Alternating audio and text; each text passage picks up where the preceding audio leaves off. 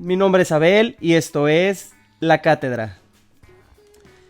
El día de hoy tenemos una invitada muy especial que tenía muchas ganas, ya tenía yo muchas ganas de abordar este tema y no había encontrado yo a la persona adecuada para poder abordarlo, pero el destino, Dios, me puso a mí en tu camino o viceversa. Y me da mucho gusto el poder tenerte aquí de invitada. Sé que eres una persona que trabaja con inmigrantes, que le ha puesto mucho empeño a tener una organización para poder ayudar a la gente. Y uno de los propósitos de este podcast es ayudar a la gente latina, y a decirles que hay muchas maneras de que pueden hacer muchas cosas y de que no por el hecho de que estén en un país que no es el de ellos, no tienen ciertos derechos y ciertos beneficios. Ethel, te agradezco mucho que estés aquí con nosotros. Bienvenida. El gusto es mío, gracias. Me gustaría empezar primeramente preguntándote cómo es que Ethel, se mete al mundo de migración. ¿Qué fue lo que a ella la motivó o la encaminó a ese mundo de los inmigrantes? Desde pequeña, en verdad.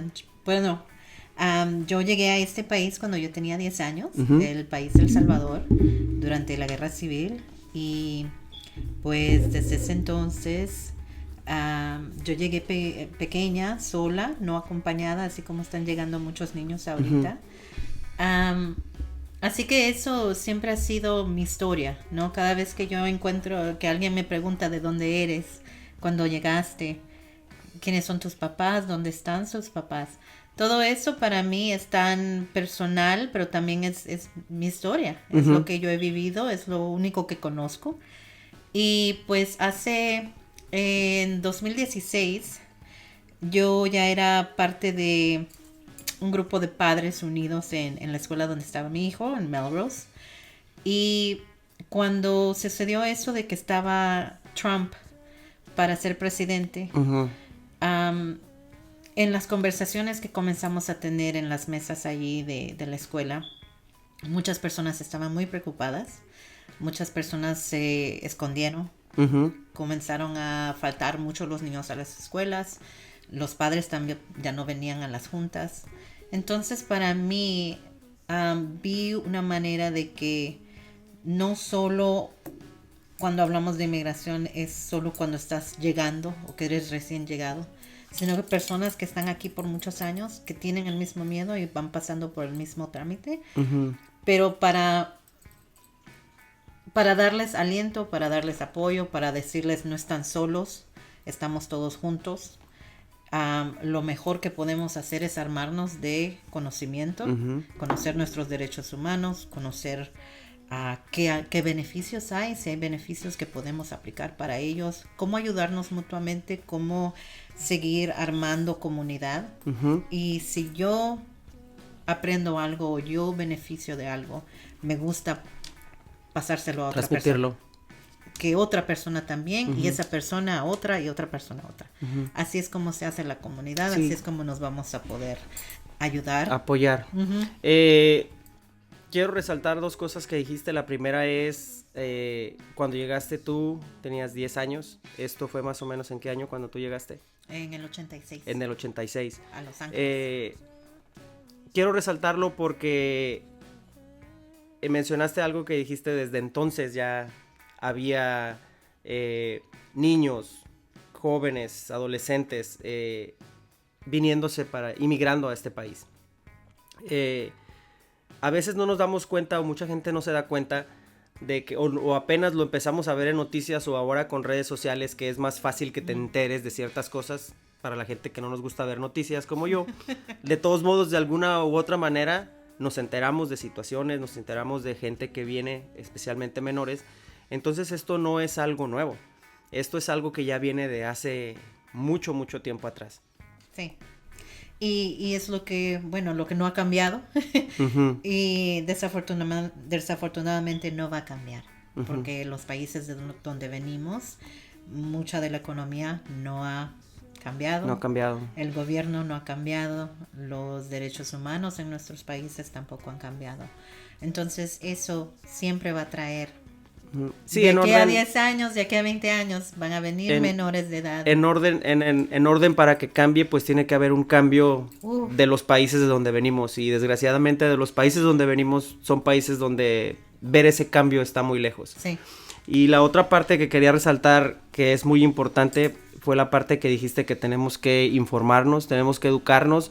No nada más es, ya llegué a este país, ya vine a trabajar, vine a pagar las deudas que dejé para poderme venir. Sí. Vine a este país para poder mantener a mi familia, ayudar a mis hermanos, ayudar a mis padres para que puedan seguir adelante sobreviviendo. Porque si bien aquí llegamos a sobrevivir de alguna u otra manera, pues tenemos gente también allá que también nos está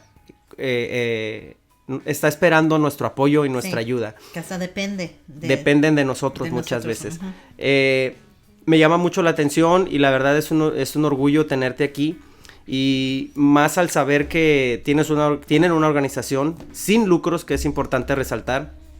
Y quiero hacer énfasis ahí de que es sin lucros, porque muchas veces pensamos que las asociaciones que hay o las organizaciones que hay por no ser de lucro no nos van a ayudar. Y esa es una idea muy errónea que hay. Sí. Hay trámites de todos modos que se tienen que pagar, pero con su ayuda pues se vuelve la carga más liviana. Sí. ¿Cómo se llama la organización que tienen? La organización que tenemos se llama Defensa para Familias Inmigrantes y proveemos por el momento ayuda basado a el registro de la escuela del Oakland. Uh-huh. Que si su hijo o hija está registrado en cualquier escuela pública de Oakland o también charters, estamos ayudando a escuelas charters, high schools también. Mientras esté registrado, su hijo esté yendo a la escuela, nosotros vamos a las escuelas directamente, trabajamos con el personal de esa escuela. Si esa escuela no tiene una persona como un vínculo de comunidad o un manager de comunidad que le llaman aquí a ciertas escuelas, pues nosotros tomamos ese cargo también.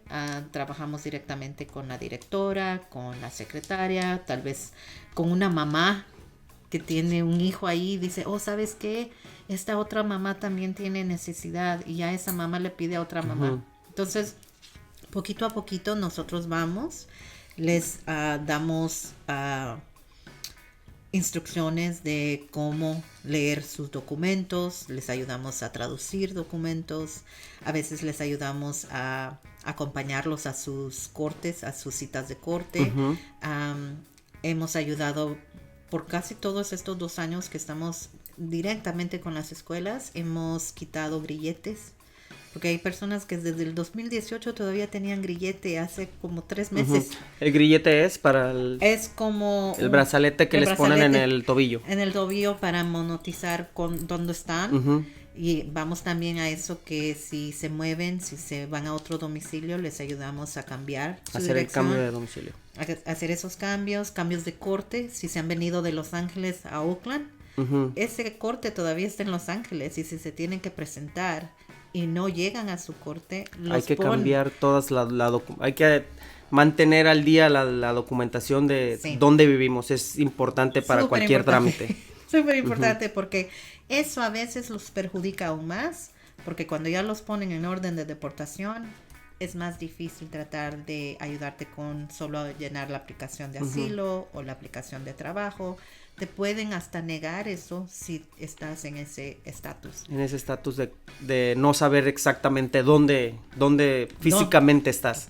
¿Cuál es tu dirección física? Tu dirección física y número de teléfono. Mencionaste algo también acerca de cuando llegó este presidente, que estaba el proceso para que llegara este presidente, Trump. Mencionaste una palabra que fue miedo. Y es importante resaltar eso porque muchas veces otra vez solamente lo vemos en la tele o solamente escuchamos comentarios o vemos cosas nos dan información que probablemente es negativa, pero la realidad es otra. Sí. Ese miedo que se presentó en los latinos, voy a decir en general, en los latinos en general, obviamente a ciertos niveles, hay niveles donde pues no nos preocupamos tanto y dijimos, pues a ver qué pasa, no puede hacer esto, no puede hacer aquello, estamos un poquito más informados. Pero ese miedo que se presentó ya en los estudiantes y en los papás de esos estudiantes que ya no llevaban a sus hijos a la escuela por ese miedo, los papás ya no salían a trabajar porque les daba miedo que fuera a ver esas acciones que supuestamente él dijo que iba a hacer. Pienso que eso también, no nada más con ese presidente, pero el miedo en general de no saber exactamente dónde estamos parados y qué podemos hacer, también influye mucho para que no avancen ciertos procesos. Sí. Cuando las familias se ausentaron o dejaban de ir al supermercado o tenían miedo de ir a comprar sus víveres y todo, era impresionante. Entonces nosotros queríamos darle no solo el apoyo, pero empoderarlos, darle el poder de que ellos tienen autonomía y que ellos pueden llevar también sabiendo y conociendo, y también encontrando apoyo en organizaciones como la de nosotros, ¿no? De saber, ¿sabes qué? Voy a llamar o puedo hablar con la directora, puedo hablar con la maestra de mi hijo para ver si estos miedos tienen una validez o si es solo un rumor que escuché o nada más es mi miedo. Entonces, conociendo esas cosas, abriéndose más, muchos de ellos comenzaron a unirse también y a venir a ciertas juntas. Es muy importante resaltar eso porque como inmigrantes, lo comentábamos hace un momento, como inmigrantes venimos nada más a trabajar, no venimos a explorar otras cosas ni a conocer realmente lo que es el país a donde llegamos. Y creo que es un punto muy importante porque necesitamos conocer a dónde vamos a llegar. Desgraciadamente no es un secreto tampoco, pues no somos muy bienvenidos que digamos.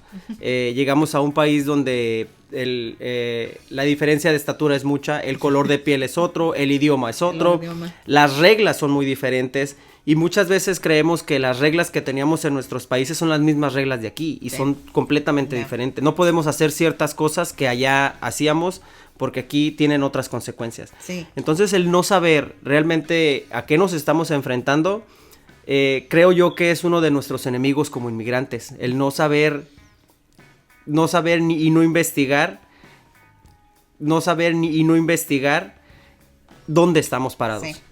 Y eso es lo que en verdad queremos ayudar a la comunidad, poquito a poquito, ir quitando ese miedo, porque también no solo es el miedo que la mamá tiene o que el papá tiene, pero le comenzamos a pasar ese miedo a los hijos, sí, de no hacer las preguntas, de no decir nada, de, es que tengo miedo que van a deportar a mi papá o que van a venir a la puerta y se los van a llevar, pero también no quiero decirlo porque no sé a quién decírselo, ¿no?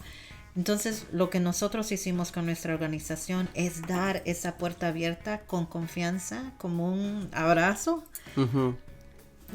en las escuelas, por decir. ¿Qué tan complicado ves tú ese paso de decir, ok, necesito ayuda?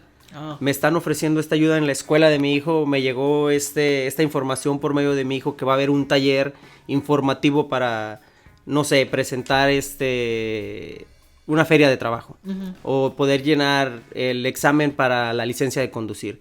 ¿Qué tanto ves tú que realmente asiste la comunidad a esos eventos o todavía ves tú que hay mucho espacio para que la gente que de veras puede hacerlo pueda llegar a esos lugares?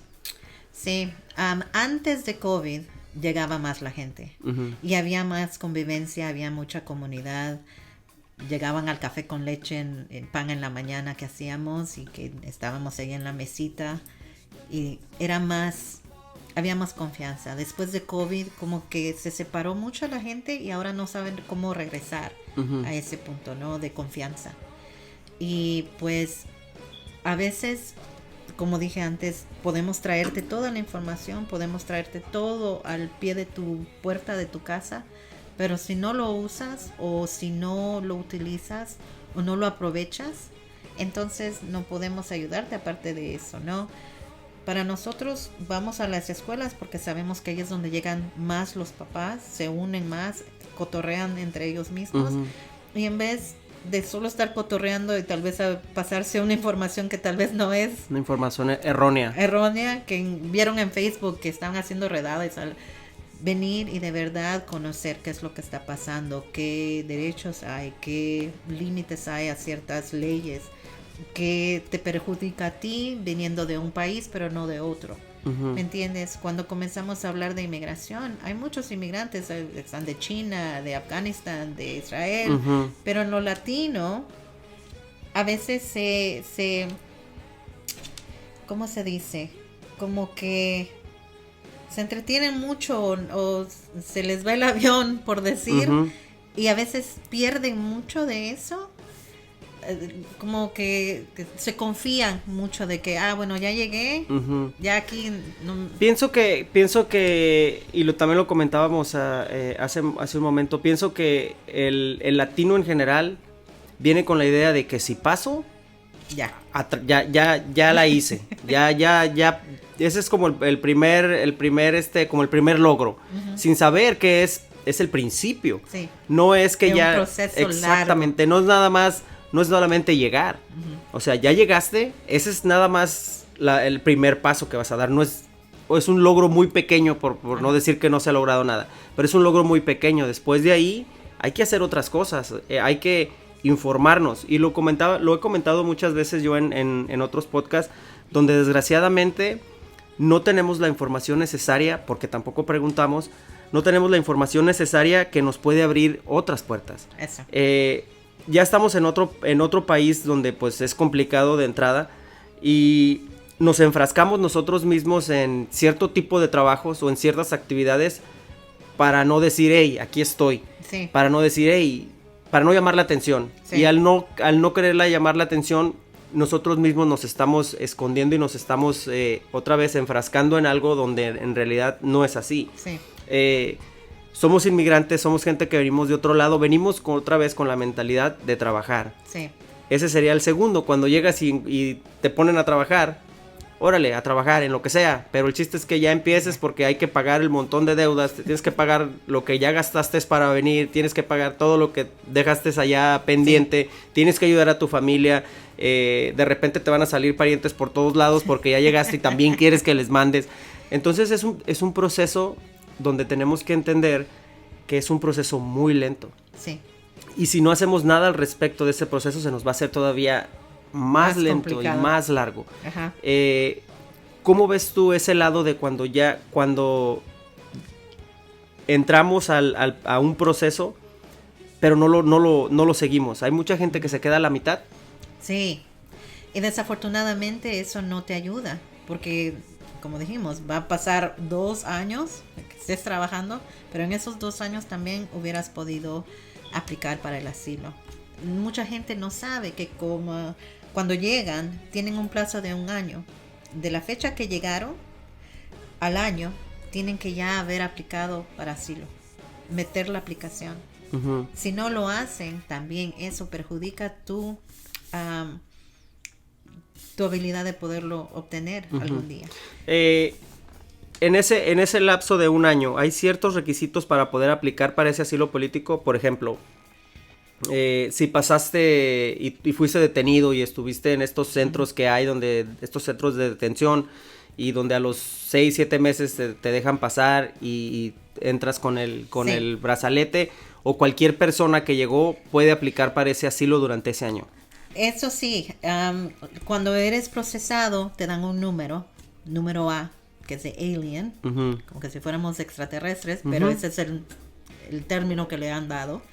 Entonces ese número es el número que va a llevar tu caso en todo tu estatus inmigratorio. En todo el proceso. En todo el proceso. Ese es el número que se va a usar para hacer el proceso de la aplicación de asilo. Después que aplicas para el asilo, a 180 días puedes aplicar para el permiso de trabajo. Ahorita los permisos de trabajo están demorando casi 11 a 14 meses en ser procesados. Para todos los niveles. A todos los niveles. Ahora, si tú no fuiste procesado y no tienes ese numerito mágico, tienes que tener un abogado que te ayude a hacer ese proceso, porque de todas maneras vas a tener que pagar impuestos trabajando, tengas permiso o no, tengas ese número mágico o no, puedes aplicar a ciertas cosas, pero el asilo por sí tiene que tener ese número. Y si no lo tienes, si nunca fuiste procesado de esa manera, entonces aún más corres el peligro de que si haces alguna falla, te agarran, te detienen por andar manejando tomado o andar manejando sin licencia, todo eso puede perjudicar ese proceso, más si no tienes ese número. En ese año, si no fuiste detenido en esos centros, puedes todavía aplicar para ese número, pero tienes que ser por medio de un abogado, pero sí puedes obtenerlo. Pero esos abogados también tenemos ciertas clínicas para ellos, ¿no? Nosotros trabajamos con otras organizaciones como Defensa Legal del Inmigrante o Centro Legal. Está muy aturado ahorita, pero sí tienen clínicas gratuitas que puedes ir y hablar con alguien y decir, este es mi caso, no fui procesado, cuáles son mis derechos, qué derechos tengo, a qué puedo aplicar, qué es lo que no puedo aplicar. Pero bueno, lo que estábamos diciendo es que sí, va a correr ese tiempo y es mejor que comiences con el primer paso. Pregunta. Preguntar siempre es el primer paso y entender que no debemos de tener miedo. Preguntar aún con miedo. Es mejor saber la respuesta que decir, bueno, es que me duele aquí, puede ser cáncer o puede ser tal vez indigestión. Pero si no preguntas, te puede perjudicar más el no saber qué en verdad es lo que necesitas. Y esto es lo que nosotros le llamamos en este tipo de trabajo, que le decimos triage, o que es la primera visita cuando vas al doctor. ¿Qué me cuentas? ¿Qué es lo que te pasa? ¿Qué es lo que te está preocupando o estresando ahorita? Ya sabemos que a veces es la renta, es la comida. Comida hay gratuita. Entonces eso te podemos ayudar con eso. Te podemos ayudar con eso, aunque sea una manzana y unas papas. De hambre no te vas a morir.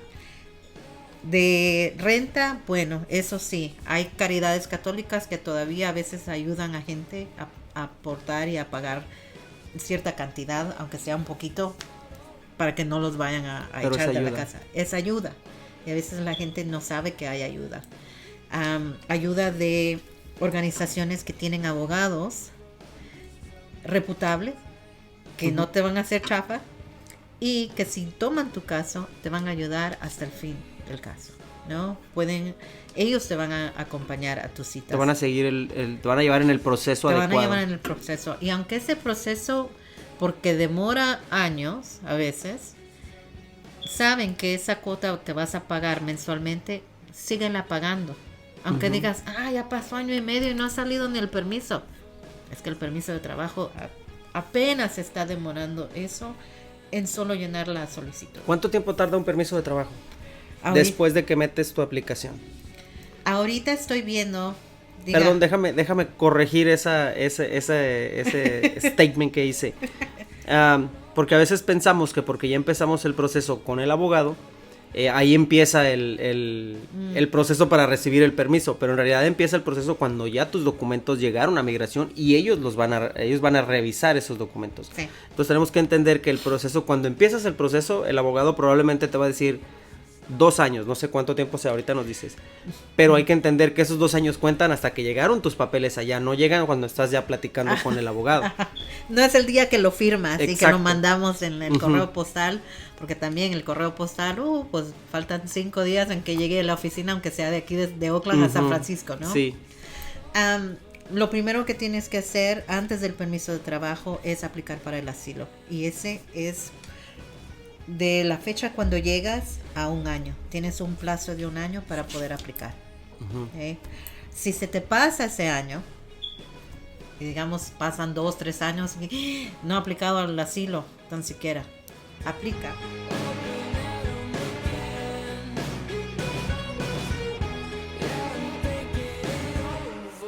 Just tell me what to